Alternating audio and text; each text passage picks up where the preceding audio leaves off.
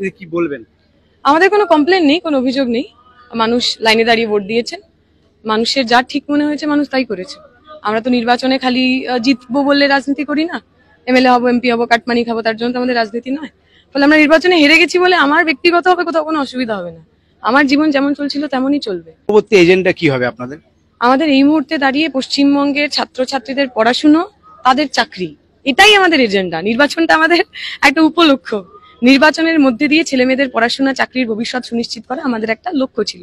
সেই লক্ষ্য পূরণ হয়নি, তার মানে এই না লড়াই আন্দোলনের পর থেকে আমরা সরে আসবো। লড়াই আন্দোলন থাকবো। তৃণমূল পরিবারের ছেলে মেয়েদের চাকরির জন্য আমরা লড়াই করবো, তাদের ঘুষ না দিতে হয়। এরকম ফল কি আশা করেছিলেন? আশা করিনি। আমার পিছনে বিজেপির এজেন্টরা রয়েছে। আমরা চাইবো এইরকম ভাবেই আমরা সাধারণ মানুষ তৃণমূল করি, বিজেপি করি, নির্বাচনের পরে একসাথে ফিরে আসতে পারি, যাতে আমার আপনার মাথা ফাটা, হাত ভাঙা, বা উনি আমাকে দেখে গালাগালি করবেন, আমি ওনাকে দেখে গালাগালি করবো, এরকম পরিবেশ যেন তৈরি না হয়। আমরা এটা আশা করিনি, তবে ঠিক আছে। কর্মীদের পাশে কিভাবে দাঁড়াবেন এই মুহূর্তে?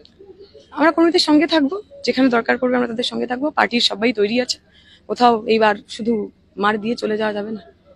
শ্রীরামপুরের বাসিন্দা, লোকসভার বাসিন্দা, আমি প্রত্যেকের কাছে ভীষণ ভীষণ থ্যাঙ্কফুল।